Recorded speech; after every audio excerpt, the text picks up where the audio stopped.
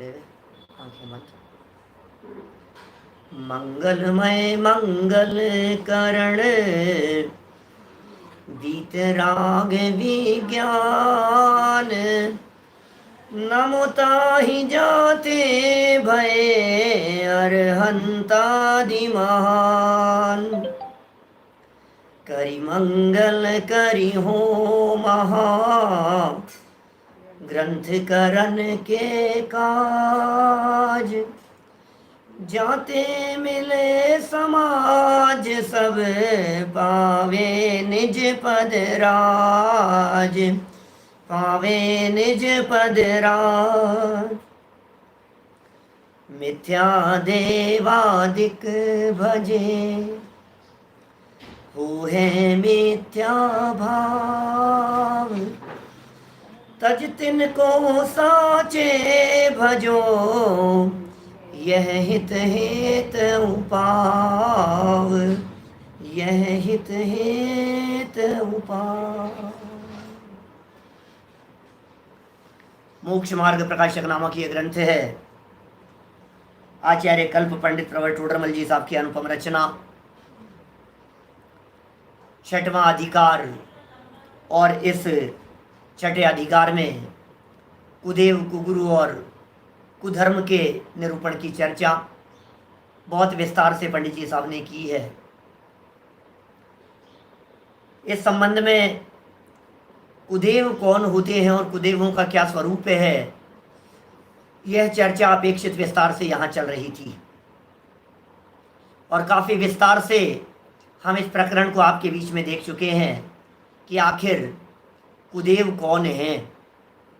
पहले ही वाक्य में टोडरमल जी साहब ने कह दिया था कि कुदेव कोई और नहीं है, कुदेव कोई पर नहीं है, कुदेव कोई पर द्रव्य नहीं है, कुदेव कोई पर देवी देवता नहीं है। उनके संबंध में जो तुम्हारी मान्यता है उसका नाम कुदेव है। इसलिए भाई अपनी मान्यता को सुधारने का प्रयास करें, अपनी मान्यता को बदलने का प्रयास करें। हमारी मिथ्या मान्यता बदलेगी तो ग्रहित मिथ्यात्व जाएगा।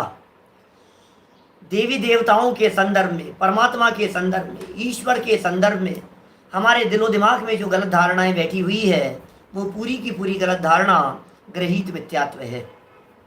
इस संबंध में व्यंतर आदि देवों के निषेध की चर्चा की। पहले काल्पनिक देवों के निषेध की चर्चा की, फिर व्यंतरवासी देवों की निषेध की चर्चा की, फिर भवनवासियों में पद्मावती क्षेत्रपाल आदि की चर्चा की, बीच में ज्योतिष देवों के निषेध की चर्चा की।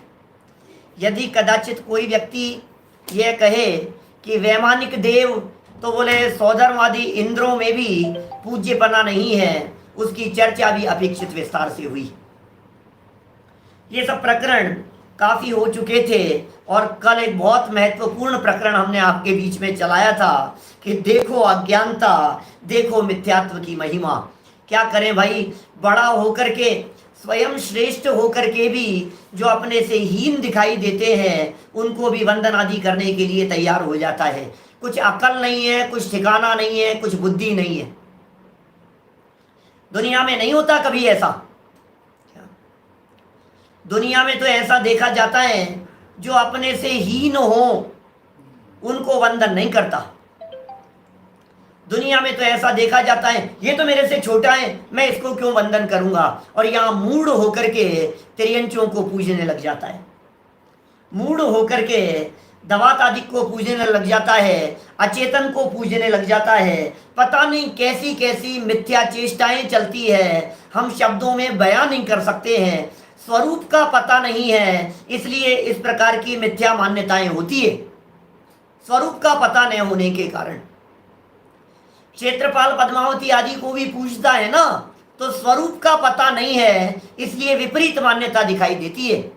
कहीं कहीं तो आपको जानकर के आश्चर्य होगा, जब इनको पूजता है क्षेत्रपाल आदि को, पद्मावती आदि को, मैंने ऐसा भी देखा है लोगों को रात जगाते हैं।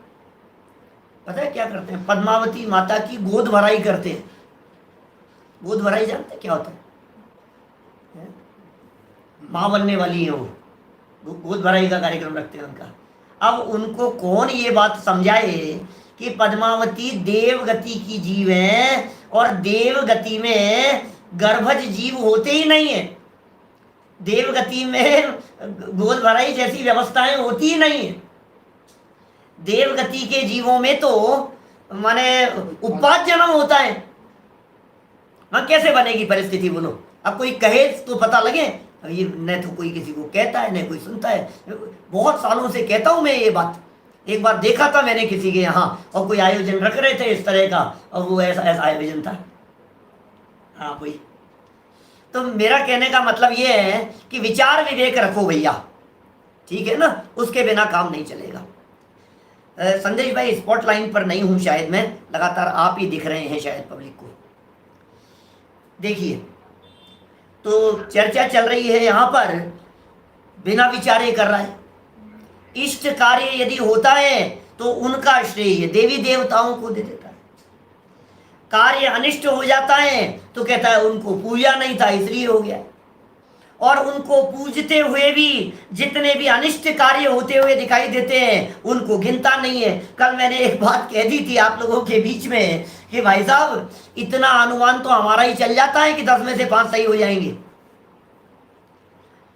कॉलेज में पढ़ने वाले जो स्टूडेंट होते हैं, 10 में से 5 क्वेश्चन करने होते हैं, 10 तैयार करके जाते हैं और 5 एग्जाम में मिल जाते हैं। इतना अनुमान तो हमारा चलता है, बोलो आप। लेकिन 10 में से कोई एक आध बात भी उनकी कही हुई हो जाए ना, देखो देखो उन्होंने कही थी, देखो देखो उन्होंने कही थी, भाई साहब क्या करें? अपने राग का पोषण कर रहा है, अपने मिथ्यात्व का पोषण कर रहा है, कुछ भी समर्थ नहीं है। परद्रव्य तेरा सुधार बिगाड़ करने में समर्थ नहीं है।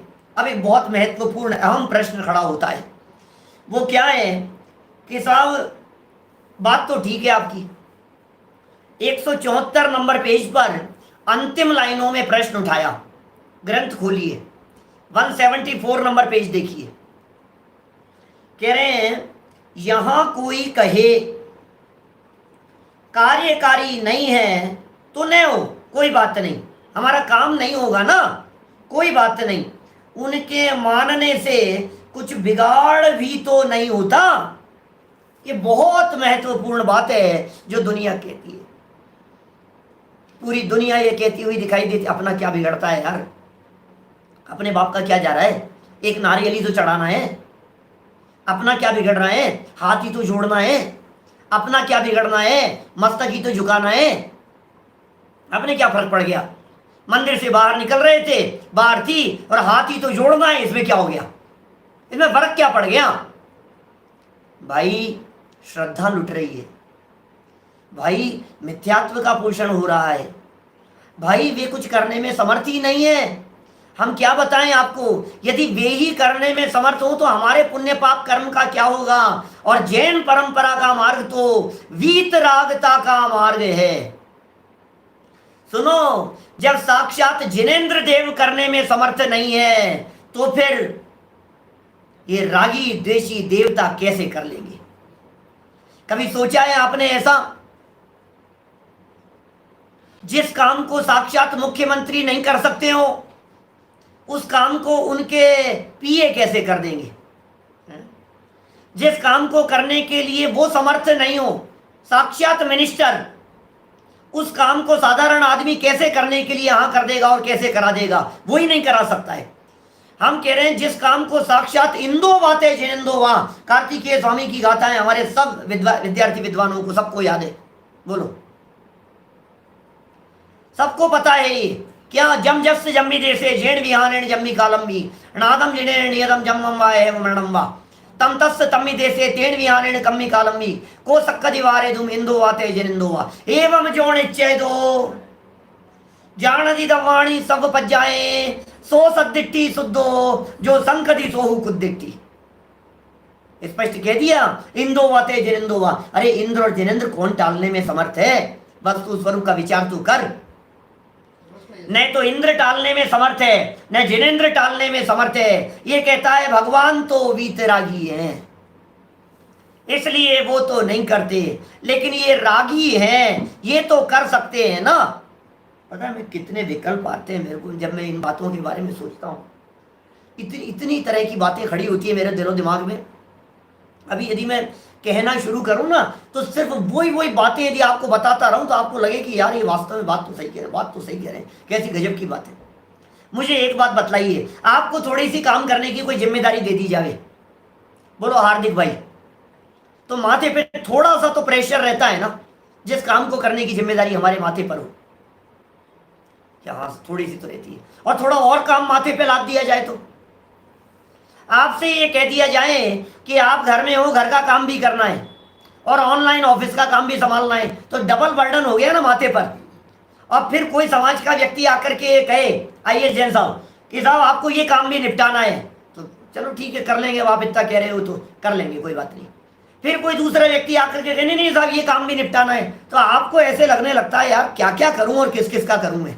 होता है कि नहीं ऐसा? अब मेरा एक छोटा सा प्रश्न है, देवी देवताओं के संदर्भ में, आप अकेले तो नहीं हो अपनी डिमांड रखने वाले? दुनिया भर में हजारों लाखों करोड़ों लोग हैं ना, उनके पास में अपनी एप्लीकेशन लगाने वाले, वो किस किस को देखेंगे और वो किस किस का काम करेंगे बताओ मेरे को।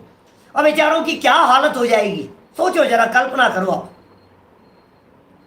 थोड़ा सा काम करने की जिम्मेदारी माथे पर होती है तो हम बावले हो जाते हैं और सारे दुनिया भर के, आज इसका काम आ गया, आज इसका काम आ गया, आज इसने एप्लीकेशन लगा दी, अब ये भक्त आ गया है, अब ये भक्त आ गया है, यार क्या क्या करूं यार, किस किस को जाकर के संभालूं।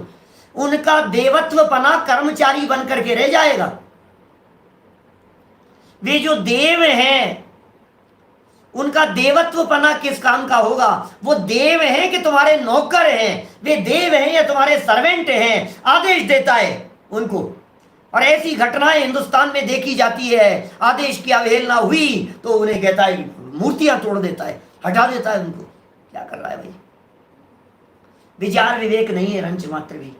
हम यहाँ ये कहना चाह रहे हैं, थोड़ी सी अपनी गांठ की अकल लगाओ तो बात समझ में आवे। आज तो पार्श्वनाथ भगवान का दिन, मोक्ष सप्तमी का दिन है ना आज। समय शिखर जी जाकर के आए, हम तो अभी 2 घंटे पहले आरती चढ़ा करके आए, वहां पार्श्वनाथ भगवान की ठोक पर चले गए। और पार्श्वनाथ भगवान तो है ही वही जो मेटो मेटो जी, संकट हमारा, हमारे संकट को मेटने वाले दिखाई देते हैं पार्श्वनाथ भगवान। तो ऐसा लगता है पार्श्वनाथ भगवान सारे भगवानों में सर्वश्रेष्ठ क्यों, सबसे ज्यादा नाम दिखता है भाई साहब। सोचना जरा एक बार गंभीरता से। ऐसा लगता है कि 24 तीर्थंकरों में ये पार्श्वनाथ भगवान सबसे ज्यादा फेमस क्यों हो गए, बोलो। जब कभी मैं देखता हूं पूरे हिंदुस्तान में, पूरे दुनिया भर में पार्श्वनाथ भगवान, पार्श्वनाथ भगवान, पार्श्वनाथ भगवान, चूलगिरी वाले पार्श्वनाथ, अनिंदा पार्श्वनाथ, अंधेश्वर पार्श्वनाथ, मक्षी पार्श्वनाथ, बनड़िया पार्श्वनाथ, यहाँ के पार्श्वनाथ हैं, चिंतामणि पार्श्वनाथ, ऐक्षेत्र पार्श्वनाथ, अंधेश्वर पार्श्वनाथ, अंतरिक्ष पार्श्वनाथ, शिखर जी वाले पार्श्वनाथ, कितने कितने भगवान पार्श्वनाथ पार्श्वनाथ पार्श्वनाथ भगवान दिखाई दे रहे हैं। सप्तमी अष्टमी शामिल है ना आज। कल चिट्स आते शामिल मान ली किसी ने, समझ लो आप जो भी है, आज की थी हमने तो पूजन। तो मेरा कहने का मतलब ये है भाई साहब, एक बार गंभीरता से आप विचार करो, क्या ये पार्श्वनाथ भगवान इतने फेमस क्यों हो गए? मुझे तो एक ही कारण दिखाई देता है, पार्श्वनाथ भगवान को फेमस करने में भी कमठ का ही योगदान है। क्या यदि कमठ का उपसर्ग नहीं हुआ होता तो पार्श्वनाथ भगवान को कौन याद करता? फिर तो वैसे ही हो जाते जैसे दूसरे भगवान है, मल्लीनाथ स्वामी है, नमीनाथ स्वामी है, बोलो, अभिनंदन नाथ भगवान है, अजितनाथ भगवान है, संभवनाथ भगवान है, सुमतिनाथ भगवान है। कितने कितने लोग सुमतिनाथ भगवान को कब कब अर्घ चढ़ाते हैं। ऐसा लगता है पार्श्वनाथ भगवान संकट दूर करने वाले। कितनी बड़ी गलत फहमी में है, कितने बड़े धोखे में है हम लोग कि पार्श्वनाथ भगवान कुछ कर देंगे। जब वे ध्यान अवस्था में बैठे हुए थे तो उन्होंने अपना ही उपसर्ग दूर करने संबंधी विकल्प नहीं किया। और सुनो, तुम पार्श्वनाथ भगवान का मोक्ष कल्याणक मना रहे हो ना, मोक्ष सप्तमी, तुम पार्श्वनाथ भगवान का दिवस मना रहे हो ना, तुम पार्श्वनाथ भगवान के भक्त हो ना। सुनो जरा मैं क्या कहता हूं तुम्हारे को, जो काम पार्श्वनाथ भगवान ने संकट दूर करने के लिए किया, यदि तुम सच्चे भक्त हो तो वही काम तुम्हारे द्वारा भी किया जाना चाहिए। बोलो, वही काम तुम्हारे द्वारा किया जाना चाहिए यदि तुम उनके सच्चे भक्त हो तो। कि साहब समझ में नहीं आई भाई साहब हमारे को, आप कहना क्या चाहते हो, हमें बतलाओ। पार्श्वनाथ भगवान पर उपसर्ग हुआ तो उन्होंने क्या कहा? मुनि अवस्था में थे, अतुल्य बल तो जन्म से था उनके, क्या उन्होंने ऐसा किया? देख भाई कमठ, 5 मिनट देखूंगा तेरे को, 5 मिनट के अंदर अंदर यदि तू मान गया तो ठीक है, तब तक तो शांति से देख रहा हूं, और उसके बाद में तुझे पता नहीं है, मैं भी देख लूंगा, तुझे बदला ले लूंगा। हमें कमजोर समझ रखा है क्या तुमने? ऐसा हुआ होगा? बोलो, आप सोचिए जरा, क्या किया पार्श्वनाथ भगवान ने? वो उपसर्ग किए जा रहा है और पार्श्वनाथ भगवान उसकी तरफ आंख उठा करके नहीं देख रहे हैं, उसकी तरफ से ओले और पत्थर बरस रहे हैं, और पार्श्वनाथ भगवान उसकी तरफ न देख करके अपने स्वभाव की तरफ देख रहे हैं। पार्श्वनाथ भगवान ने अपने आप को देखा, और जब उन्होंने अपने आप को देखा तो उसका उपसर्ग बंद हो गया अपने आप, जो होना था जो हो गया। धर्मेंद्र आ गए, पद्मावती आ गए, जो कुछ भी हुआ होगा, लेकिन मेरा कहने का मतलब तो स्पष्ट रूप से यह है कि पार्श्वनाथ भगवान ने उसकी तरफ देखना बंद करके अपने आप की तरफ देखा। हम यही कहना चाहते हैं, जब आपके ऊपर संकट आता है तो आप भी किसी दूसरे की तरफ देखना बंद करो और अपने आप की तरफ देखो। आत्मा के ऊपर संकट नहीं आता, मैं चैतन्य जीव तत्व हूं, मेरे ऊपर संकट नहीं आता, मेरे ऊपर उपसर्ग नहीं होता, मेरे ऊपर किसी की चलती नहीं है, कोई मेरा बिगाड़ करने में समर्थ नहीं है। क्या सोचो एक बार गंभीरता से, सिर्फ विचार करने के लिए बिंदु मैं दे रहा हूं आपको, सिर्फ विचार करके देखो। जो काम पार्श्वनाथ भगवान ने किया वो काम हमें करना है। उन्होंने क्या काम किया? अपने आप को जाना। उन्होंने क्या काम किया? अपने आप को पहचाना। उन्होंने क्या काम किया? उपसर्ग के काल में अपने अंतर में लीन हो गए। ये काम पार्श्वनाथ भगवान ने किया, और अब हम हैं उनके सच्चे भक्त। अब हम क्या करें बोलो? हमें भी वही काम करना है। जो जिनका भक्त होता है वो उनके अनुसार काम करता है। यदि हम उनके सच्चे भक्त हैं, हम भक्त कहलाने के लायक नहीं है। सोचो आप, पार्श्वनाथ भगवान ये कहते हैं, मूर्ख मेरे से ही शिक्षा ले लेता, दुश्मन के ऊपर आक्रमण करने की सोच रहा है, मुझसे ही पूछ लेता थोड़ा सा, जो मैंने नहीं किया, और तू होता कौन है परद्रव्य में चलाने वाला? पार्श्वनाथ भगवान यदि आज उतर करके आ जाए तो डांट लगाएंगे स्पष्ट हमारे। कितनी कठोरता होगी बोलो, पार्श्वनाथ भगवान बचा लेंगे, पार्श्वनाथ भगवान बचा लेंगे। सच्ची घटना सुनाता हूं आपको। सजल भाई, अपने जो था ना ये अपना शिखर जी वाला कार्यक्रम स्वर्ण जयंती का, सच्ची घटना है, बिल्कुल सच्ची घटना। कार्यक्रम चल रहा था अपना, और पहाड़ पर लोग वंदन करने के लिए जा रहे थे। स्वर्ण जयंती 2016 अक्टूबर की बात है शायद, है ना?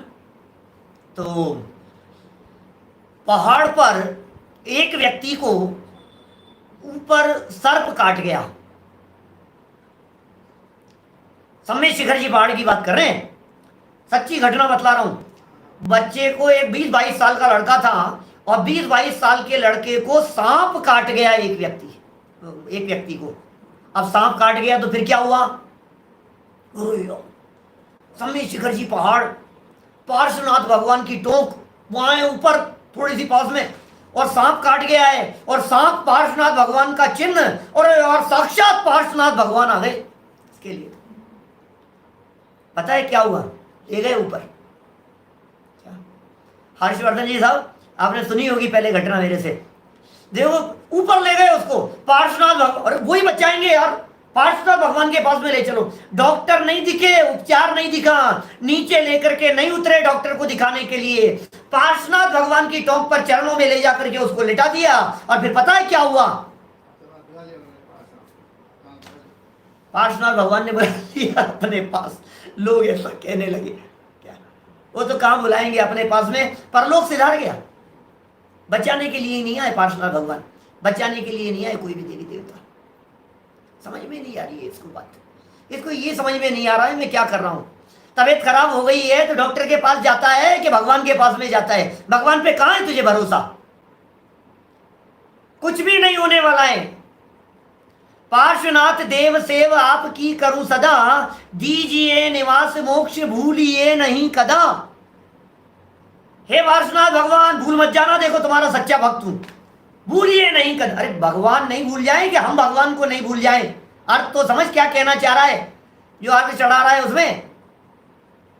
ऐसा लगता है अर्घ चढ़ाते समय ऐसी भावना भर रहा है, हे भगवान भूल मत जाना, बस हे भगवान आपकी सेवा करता हूं रोजाना, आप मत भूल जाना मेरे को, हे भगवान मेरे ऊपर कृपा दृष्टि बना करके रखना। अरे मूर्ख, उसका सही अर्थ तो ये है कि हे भगवान भूल कभी नहीं जाऊं आपको, भूलिए नहीं कदा, हे भक्तों भगवान को कभी मत भूल जाना, ये कहना चाहते हैं।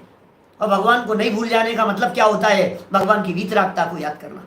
भगवान को नहीं भूल जाने का मतलब होता है भगवान की सर्वज्ञता को याद करना। ये कहता है मेरा क्या बिगड़ता है, क्या हे भगवान, तो कभी कहता है भगवान तेरा क्या बिगड़ता है, मेरी बिगड़ी सुधरती है, ऐसा बोलता है। भगवान तेरा क्या बिगड़ता है, और कभी कहता है अपना क्या बिगड़ जाएगा यार, हाथ जोड़ ले में अपना क्या बिगड़ जाएगा। कुछ होश नहीं है, कभी कुछ और कभी कुछ। टोडरमल जी की वे पंक्तियां पीछे पड़ी थी अपन ने, बावले की तरह बातें बनाता है, क्या पागल की तरह बातें बनाता है। मुझे पार्श्वनाथ भगवान की पूजन नहीं समझानी है, ये तो प्रसंग आज बीच में आ गया इसलिए थोड़ी बहुत बात कह दी मैंने आप लोगों के बीच में। देखिए यदि बिगाड़ न हो तो हम किस लिए निषेध करें? 175 नंबर पेज, हम काहे को निषेध करें तेरा? यदि ये बिगाड़ नहीं होगा तो हम क्यों निषेध करेंगे तेरा, ये तो बता। बिगाड़ होता है, बिगाड़ होता है। इतने दिन से तुझे रोज रोज समझा रहे हैं और उसके बावजूद भी तू ये कह रहा है अपना क्या बिगड़ता है, बिगाड़ हो रहा है तेरा। अरे श्रद्धा लुट रही है उसका तुझे पता नहीं है। थोड़ा सा पैसा हो ना, जेब कट जाए तो उस पर ये डरता है, नहीं नहीं आजकल जेब बहुत कट रही है, आजकल मोबाइल बहुत हाथ रोड पर चलते हुए, भाई साहब आजकल मोबाइल से बात करते हुए मत चलो, आप बात करते हुए जा रहे हैं बाइक वाले छीन करके ले जाते। ये चैन वगैरह और ये सब सेट वगैरह पहन करके आप जाते हो ना, ये चैन पुलिंग बहुत होती है आजकल, ये महंगे सेट पहन करके रोड पर और पैदल, नहीं नहीं नहीं ऐसा मत करो, छीन करके ले जाएगा व्यक्ति, डरता है। जोखिम भरी हुई चीज ले जाता है उससे डरता है। और तेरी जो श्रद्धा जो इतनी कीमती है कि जो तुझे भगवान बना सकती है, यदि सम्यक हो जाए तो उस श्रद्धा के लुट जाने का विचार विवेक नहीं है। बोलो, ये श्रद्धा लुट रही है ना, श्रद्धा का लुटेरा सबसे बड़ा लुटेरा होता है भाई साहब। ये चमत्कारों के नाम पर किसे लूट लिया गया? हमारी श्रद्धा को लूट लिया गया, हमारे ज्ञान को लूट लिया गया, हमारे चारित्र को लूट लिया गया, हमारे अभिप्राय और हमारी मान्यता को लूट लिया गया। ये महामिथ्यात्व का पोषण होता है। निषेध नहीं हो तो हम मना क्यों करें, माना बिगाड़ नहीं हो तो निषेध क्यों करें, ऐसा लिख रहे हैं टोडरमल जी। परंतु एक तो मिथ्यात्वादी दृढ़ होने से मोक्ष मार्ग दुर्लभ हो जाता है, मिथ्यात्व दृढ़ हो गया मोक्ष मार्ग दुर्लभ हो जाता है भाई साहब, मोक्ष मार्ग दुर्लभ हो जाता है। यह बड़ा बिगाड़ है।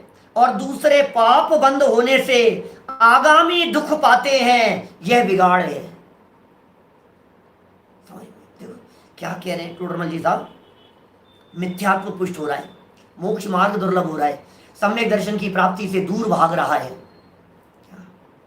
सम्यक दर्शन तेरा दूर हो जाएगा, मोक्ष मार्ग की तुझे प्राप्ति नहीं होगी, मुक्ति की प्राप्ति नहीं होगी, वेद विज्ञान नहीं होगा, मुनि दशा नहीं होगी, सहज अतीन्द्रिय आनंद का रसास्वादन नहीं होगा।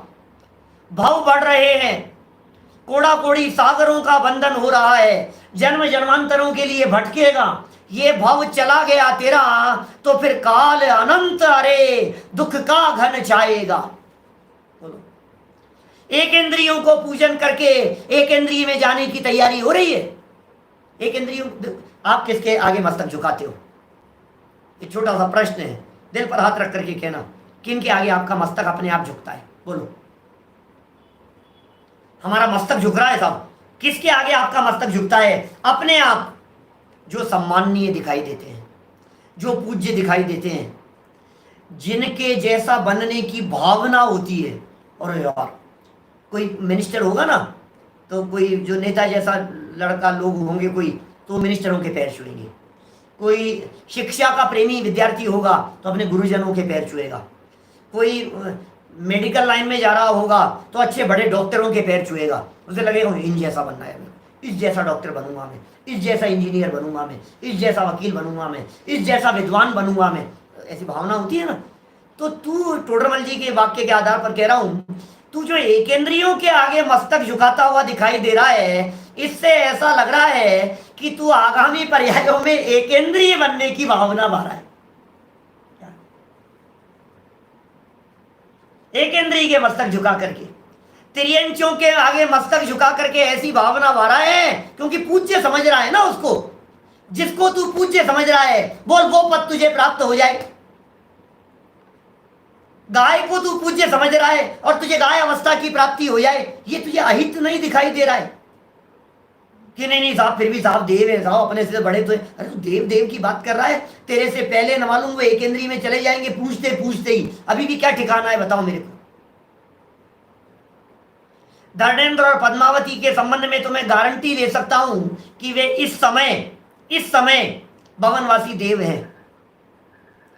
लेकिन ऋषभ देव से लेकर के बाकी 22 तीर्थंकरों के संदर्भ में जो उनके यक्ष यक्षिणी आदि हैं, उनके तो वर्तमान में देव गति में होने की संभावना भी कम है। सोचना थोड़ा सा, मैं कर्णम योग की अपेक्षा से बात कह रहा हूं, बात समझना। क्योंकि भवनत्रिकों के अंदर आयु 10, 20, 50 हजार वर्षों की होती है। बोलो कितने कितनी आयु होती है इनकी, बतलाओ मेरे को। मिनिमम आयु है 10,000 वर्ष की, वैमानिकों में नहीं, भवनत्रिकों में 10,000 वर्ष की आयु है, 25,000 वर्ष की आयु है, 50,000 वर्ष की आयु है, 1,00,000, 2,00,000, 5,00,000 वर्ष की आयु हुई। ये छोटी छोटी आयु है इनकी, मिनिमम होती है 10,000 वर्ष की। अब जो धर्मेंद्र और पद्मावती हैं, ये तो हुए थे पार्श्वनाथ भगवान के काल में, और पार्श्वनाथ भगवान का काल है लगभग, अभी से माने मोटा मोटा रफली आइडिया दे रहा हूं तो 3,000 वर्ष का काल मान लो आप। क्या 2600 वर्ष करीब भगवान महावीर स्वामी को हो गए। महावीर स्वामी के जन्म से करीब करीब 178 वर्ष पहले हुए थे। महावीर स्वामी के निर्वाण से 250 वर्ष पहले उनके निर्वाण का अंतराल था। 178, 200 उनके जवानी की अवस्था मान लो, पार्श्वनाथ स्वामी के 300 मान लो आप, तो लगभग 3,000 वर्ष पहले की बात हो गई। धर्मेंद्र और पद्मावती ऊपर गए, भवनवासी बने, नीचे गए, ऊपर नहीं नीचे, भवनवासी है ना, तो वो तो होंगे भी उस पर्याय में।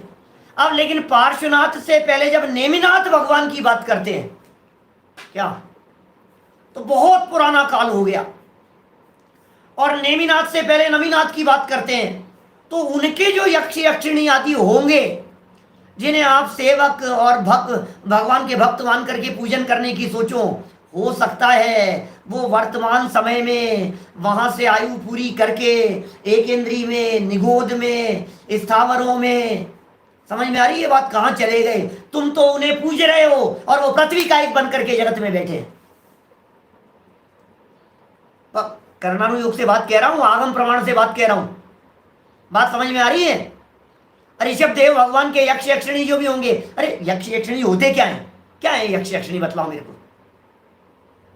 यक्ष यक्षिणी का मतलब ये है, आज हमारी सभा के मुख्य अतिथि कौन थे, अजय जी मेरठ, है ना, 3 लोगों को बनाया था ना मुख्य अतिथि। तो मेरा कहने का मतलब ये है, जो अभी सभा थी, तो जो मुख्य रूप से हैं उन्हें कह दिया हमने यक्ष। उनके समूह शरण के, सब तीर्थंकरों के समूह शरण के अंदर मुख्य श्रोता ये थे। अब मुख्य श्रोता का मतलब क्या है, मुख्य श्रोता क्या होते हैं? मुख्य श्रोता का मतलब ये है, प्रमुख रीति से बैठते हैं बस सामने, और क्या लेना देना है, इतना ही तो है। तो यक्ष यक्षिणी जो थोड़ी भक्ति की प्रधानता, जिनकी थोड़ी ज्यादा दिखाई दी, वे प्रमुख हो गए, भैया ये प्रमुख है, इतना सा है।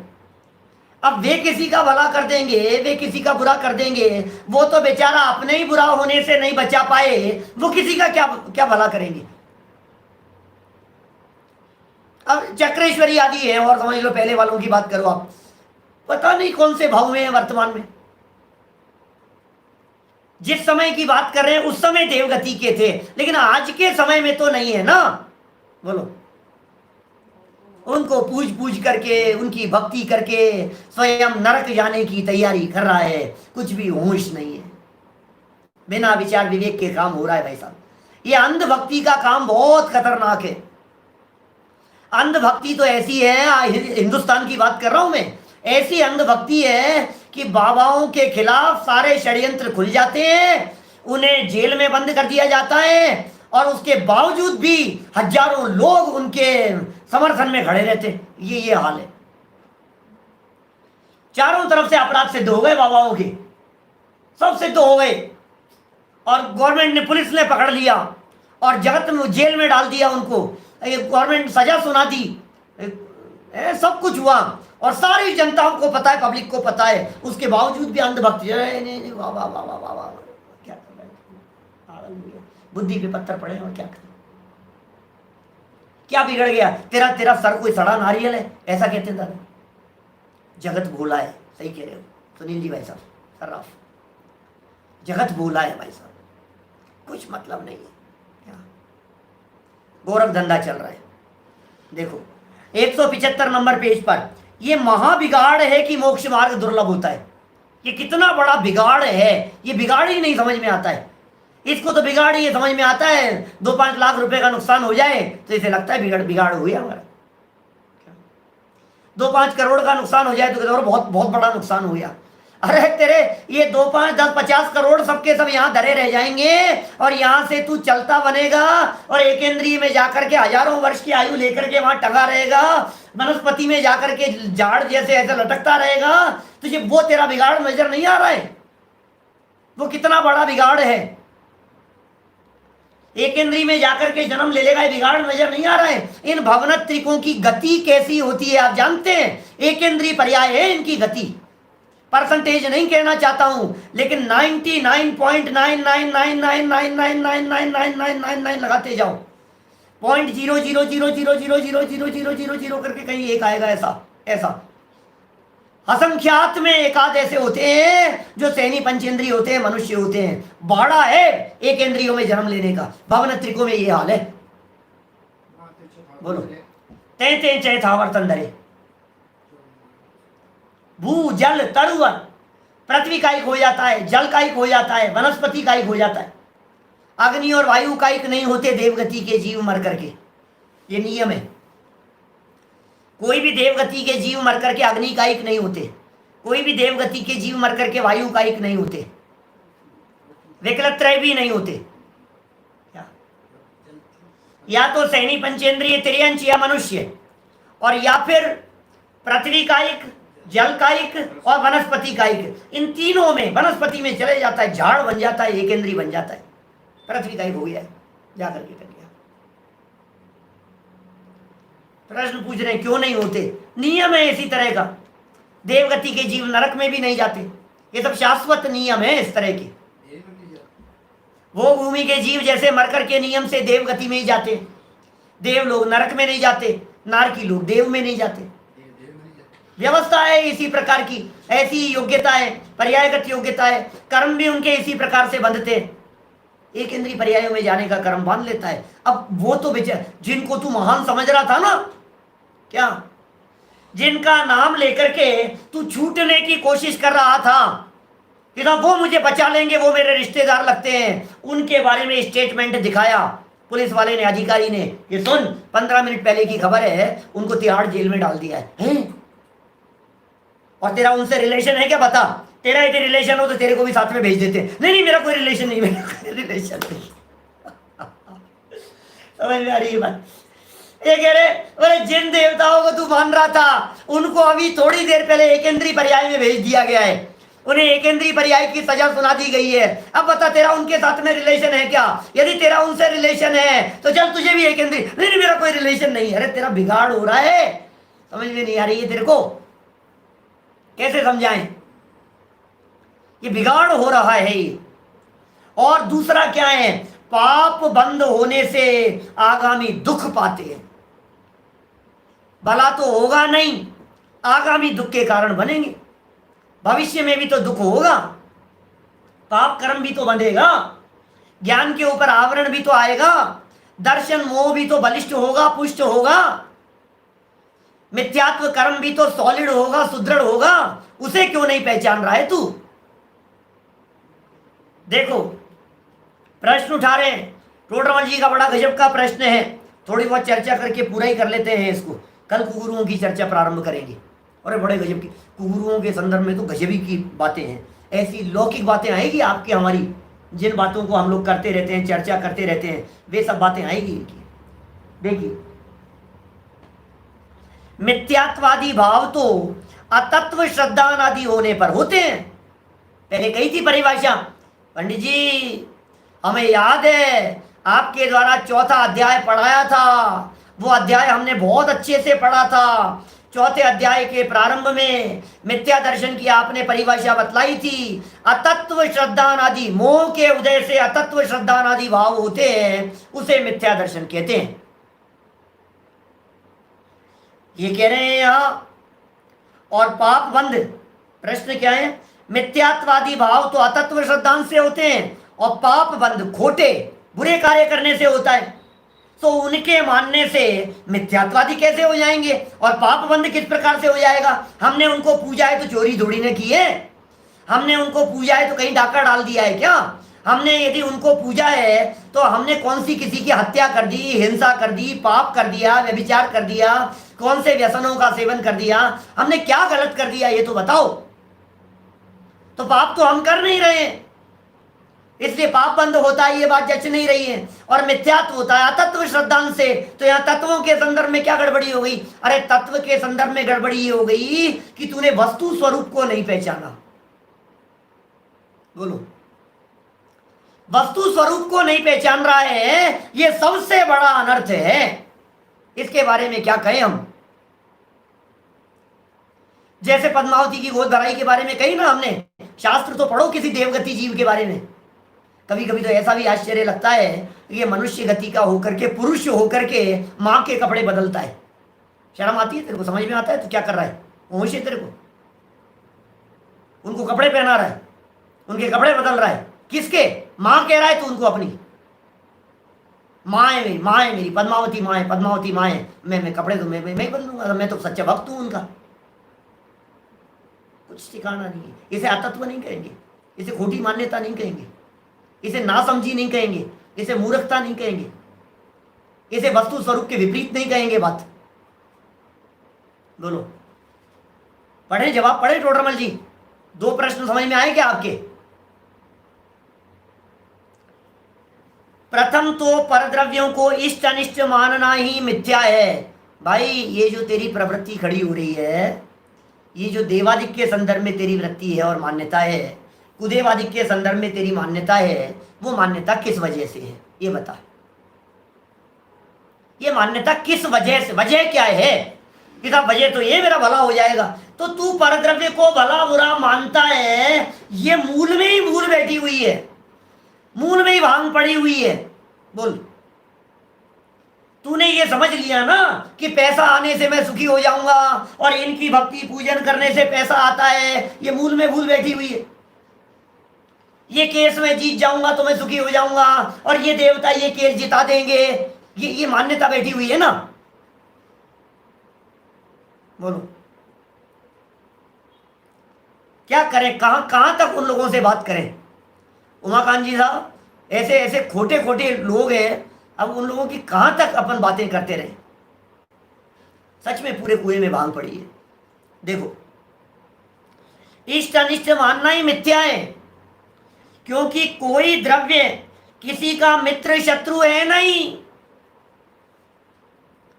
कोई द्रव्य किसी का मित्र नहीं है, कोई किसी का मित्र नहीं है, कोई किसी का शत्रु नहीं है। दुनिया में कोई अच्छा नहीं है, दुनिया में कोई बुरा नहीं है। ये इष्ट अनिष्टपन की मिथ्या मान्यताएं हैं और पीछे खूब चर्चा कर चुके हैं अपन 4थे अध्याय में, है ना। जो लोग नए जुड़ते हैं ना, उनको पीछे से एक बार, नए तो साथ में चल ही रहे हैं, लेकिन जैसे समय मिले वो पीछे से लाइन टू लाइन पढ़ना सुनना चाहिए, जिससे वो पता लगे कि प्रकरण क्या टोडरमल जी किस तरह से उठा चुके हैं। तथा जो इष्ट अनिष्ट पदार्थ पाए जाते हैं, इष्ट अनिष्ट पदार्थ पाए जाते हैं, उसका कारण पुण्य और पाप है। इसलिए जैसे पुण्य बंद हो पाप बंद न हो, वो काम करना। अब तू सोच रहा है भगवान कर देंगे, ये कह रहे हैं पुण्य पाप कर्म के उदय से होता है। काम तो अपने पुण्य पाप कर्म के उदय से होगा, काम तो अपने उदय प्रमाण होगा। काम तो यहीं से होगा ना। पुण्य का उदय होगा तो काम होते हुए दिखाई देते हैं, और पुण्य का उदय नहीं हो तो नहीं होते हुए दिखाई देते। ये तो पीछे भी पड़ी थी ना अपन ने लाइनें, इसी प्रकरण में भी 5-7 दिन पहले। तथा यदि कर्म उदय का भी निश्चय न हो और इष्ट अनिष्ट के बाह्य कारणों के संयोग वियोग का उपाय करे, परंतु कुदेव को मानने से इष्ट अनिष्ट बुद्धि दूर नहीं होती, केवल वृद्धि को प्राप्त होती है, तथा उससे पुण्य बंध भी नहीं होता, पाप बंध होता है। सारी की सारी मान्यता ही गड़बड़ है, कुल मिलाकर के ऐसा है। ये कह रहे हैं इष्ट अनिष्ट के जो बाह्य संयोग वियोग थे ना, उनका उपाय क्यों कर रहा है तू? तेरी यदि कर्म के ऊपर दृष्टि हो तो देखो 3 स्टेप हो गए। नंबर 1 के काम तो पुण्य पाप कर्म के उदय से होता है, ये और इससे ऊपर भी 1 नंबर लगा सकते हैं। वस्तु का परिणमन अपनी योग्यता से होता है। हर वस्तु अपनी योग्यता से परिणमन करती है, अपनी क्रियावर्ती शक्ति से गमन करती है, अपने वीर्य शक्ति से परिणमन करती है। एक द्रव्यत्व नाम का गुण है, एक वस्तुत्व नाम का गुण है। प्रत्येक वस्तु में इस प्रकार के गुण है। ये तो स्वाभाविक शक्तियां हो गई, ये तो 1 नंबर बात हो गई, टॉप नंबर की बात है ये तो। अब दूसरे नंबर पर बात करो, हमारे साथ में बनने वाली परिस्थितियां। यदि तुझे वस्तु स्वरूप का भरोसा नहीं है तो फिर पुण्य पाप पर तो भरोसा होगा क्या? हाँ, पुण्य पाप पर तो भरोसा है तो चल ठीक है, पुण्य पाप के उदय के अनुसार काम होगा, मान लिया ना। एक हो गया वस्तु स्वरूप, सेकंड नंबर पर हो गया पुण्य पाप। हमारा काम हमारे पुण्य पाप के उदय के अनुसार होगा, बराबर। अब जिनको पुण्य पाप की भी खबर नहीं है तो तीसरे स्टेप पर तो क्या करेगा कि पैसा कमाने के लिए बिजनेस करेगा, पैसा कमाने के लिए भाग दौड़ करेगा। अब ये चौथा प्रकार का जो जीव दिखाई दे रहा है, ये तो महामूर्ख चंद है क्या? न जिसे वस्तु स्वरूप पे भरोसा है, न जिसे पुण्य पाप कर्म के ऊपर भरोसा है, और न जिसे उपचरित असद्भूत व्यवहार के विषयभूत जगत के क्रियाओं के ऊपर भरोसा है, और माथा टेक रहा है इससे हो जाएगा। अब कैसे होगा? ये कैसे होगा? किसी भी प्रकार से होता हुआ ही नजर नहीं आ रहा है। दूर दूर तक उनके माध्यम से काम होने की संभावना ही नजर नहीं आ रही है। मैं यदि सुमत जी भाई साहब की शैली में बात करूं ना, कभी कभी जैसी वो चर्चाएं करते हैं तो ये कहते हैं कि दूध को मीठा करना है क्या, और शक्कर नहीं डालें। अब कितने मंत्र पढ़े बोलो कि दूध मीठा हो जाए? बोलो, 1 करोड़ रुपए का हीरा डाल देवे दूध में और फिर हिलाएं, मीठा होगा कि नहीं होगा? चावड़ा जी साहब बतलाओ, कौन से मंत्र का जाप करें अपन जिस मंत्र का जाप करने से दूध मीठा हो जाए? अब 3 जो उपाय हैं वे तो परमार्थ हैं। पद्मावती चालीसा पढ़ ले बोलो, इससे दूध मीठा हो जाएगा क्या? 3 उपाय जो मैंने बतलाए हैं वो तो किसी भी रूप में सच्चे हो सकते हैं। निश्चय से, व्यवहार से, उपचरित असद्भुत व्यवहार से उन बातों को कहा जा सकता है। लेकिन जो तू चौथा कह रहा है ना, मंत्र पढ़ना, ये तो कौन पागल खाने में भर्ती कराएंगे तुझे? एक तो वस्तु के परिणमन की बात, दूध का मीठा होने के लिए जो जैसा परिणमन होना होगा, जितनी शुगर डालनी होगी, जितना मिठास होना होगा, जैसा उसका परिणमन होना होगा। एक तो ये वस्तु स्वरूप की बात हो गई। दूसरा तेरा तत्संबंधी उदय चाहिए कर्म का, और तीसरा उस तरह का प्रवर्तन चाहिए। शुगर का डब्बा खोलेगा, चीनी निकालेगा, इसमें दूध के गिलास में डालेगा, चम्मच से हिलाएगा। ये सब तक तो बात जच रही है हमारे को। अब आप लोगों में से, हमारे में से कौन ऐसे समझदार होंगे जो ये कहेगा नहीं नहीं साहब ये सब तो छोड़ो, हम तो ये चौथी बात मानेंगे। कौन सी? ये देवी देवताओं वाली।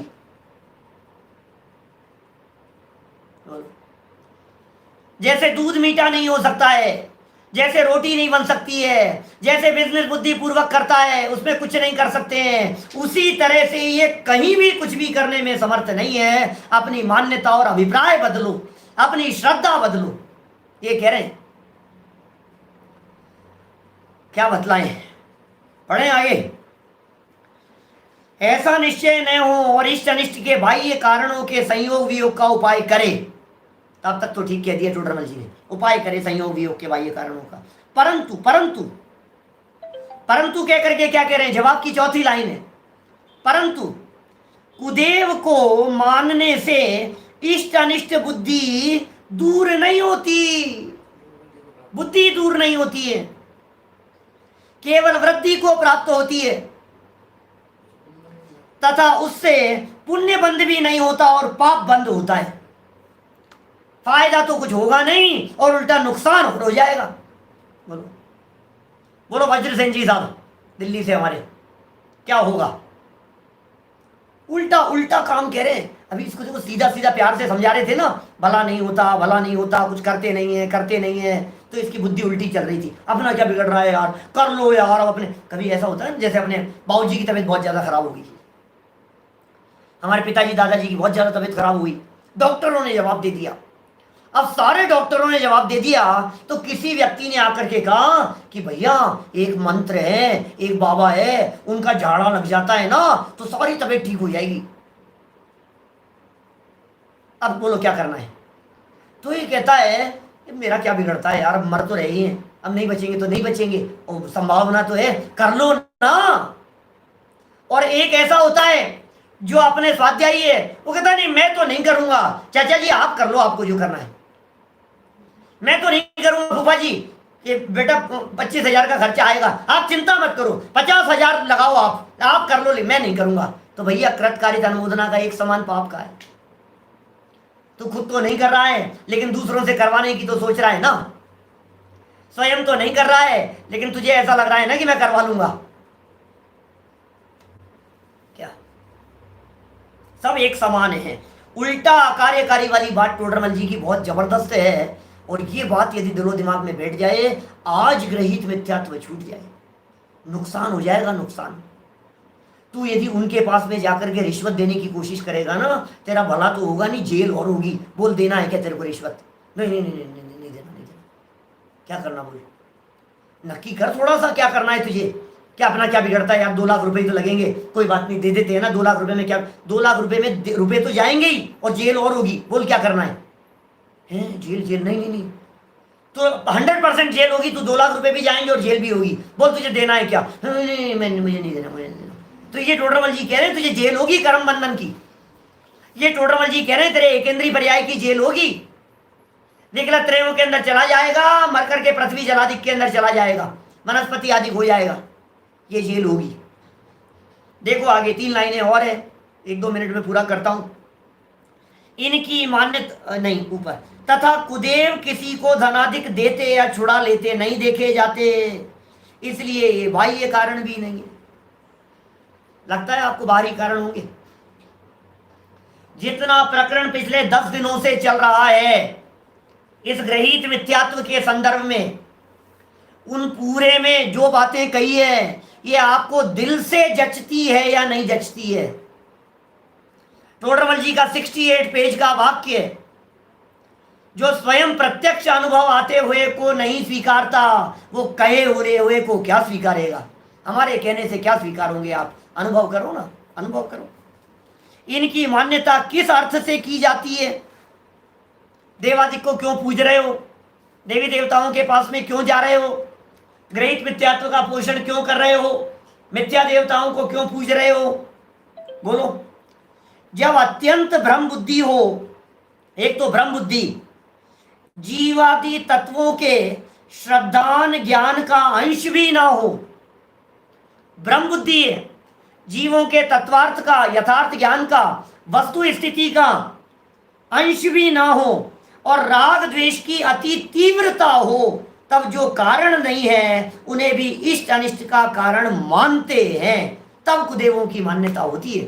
भरत भाई, कुदेवों की जो मान्यता होती है, ये मान्यता तभी होती हुई देखी जाती है जब हमारे दिमाग में बैठा हुआ है कुछ तो भला हो जाएगा, कुछ तो भला हो जाएगा। तो मान्यता में ही खोटा बैठा हुआ है, मान्यता में ही खोट बैठी हुई है। तो ऐसे तीव्र मिथ्यात्वादी भाव होने पर मोक्ष मार्ग अति दुर्लभ हो जाता है। इसलिए बंधुओं, जितना जल्दी हो सके अपनी मान्यता को सुधार लेना चाहिए, जितना जल्दी हो सके हमें अपनी श्रद्धा को बदल लेना चाहिए, जितना जल्दी हो सके। आज पार्श्वनाथ भगवान के निर्वाण दिवस पर कह रहा हूं, पार्श्वनाथ के बताए हुए मार्ग पर चलो, भगवान महावीर स्वामी के बताए हुए मार्ग पर चलो, वीतरागी संतों दिगंबर मुनिरायों के बताए हुए मार्ग पर चलो। आचार्य कुंद कुंद स्वामी, अमृत चंद्राचार्य देव, बनारसी दास जी, टोडरमल जी, इन्होंने जो मार्ग बतलाया, गुरुदेव श्री और दादा के माध्यम से हमारे को जो ये रास्ता मिल गया है, हमारे को जो ये निधि मिल गई है, हमारे को जो ये तर्क युक्तियां और आंखें खोल देने वाले प्रकरण मिल गए हैं, तब तो हमें अपनी आंखों को खोल ही लेना चाहिए। और फिर भी इतना सब कुछ जानने के बाद भी अपनी आंखें मीच करके बंद करके बैठा रहे, तो टोडरमल जी का 20 नंबर पेज का वाक्य याद करना, इनके अभाग्य की महिमा तो हमसे नहीं कही जाती, मैं क्या कहें। तो इस तरह से ये देवों संबंधी प्रकरण हमने यहाँ संपन्न किया है। अब गुरुओं के संदर्भ में जो जगत में सारी धारणाएं चलती है, टोडरमल जी ने बहुत सारे आगम प्रमाण प्रस्तुत करके उनका समाधान किया है। कल इस चर्चा को आगे बढ़ाएंगे, अभी की बात को यहीं विराम देते हैं। अपना जो कार्यक्रम मैं कह रहा था, शिविर खत्म होने के बाद में ये समय बदलने का, मतलब वो पहले वाला ही समय करने का, लेकिन मैं ये चाहता हूँ, अभी दादा ने 5-7 दिन की बात कही है, तो अपना जो दादा का प्रवचन जो चल रहा है वो यथावत चलता रहे। और अपना ये 10:15 का जो समय है, हम 10:15 बजे ही, अभी रक्षाबंधन के पहले पहले तक यूट्यूब पर चलेगा। कल तक तो शिविर है, तो शिविर तक तो यही है, और उसके बाद जो यूट्यूब पर अपना रेगुलर जैसा चल रहा है, शाम को रात को 8 बजे जो चलता है वो 8 बजे यथावत, और सुबह जो 10:15 बजे चल रहा है, ये 1 तारीख तक हम 10:15 बजे लेंगे, और 2 तारीख से हम 9:15 बजे या 9:20 पर जो अपना जो रेगुलर टाइम जो रूटीन में जो चल रहा है, बरसों से जो टाइम चल रहा है, उसी टाइम पर चलाएंगे। ठीक है, बोलो संदेश भाई। वास्तव में इस प्रकरण को पढ़कर हमारे मन में वो पंक्तियां आनी चाहिए कि भले रूठ जाए ये सारा जमाना, नहीं रागियों की शरण में है जाना, बस एक वीत रागी को मस्तक झुकाना। ये श्रद्धान मेरा है मेरू समाना, हमें मेरू समान श्रद्धान करना है। ये श्रद्धान मेरा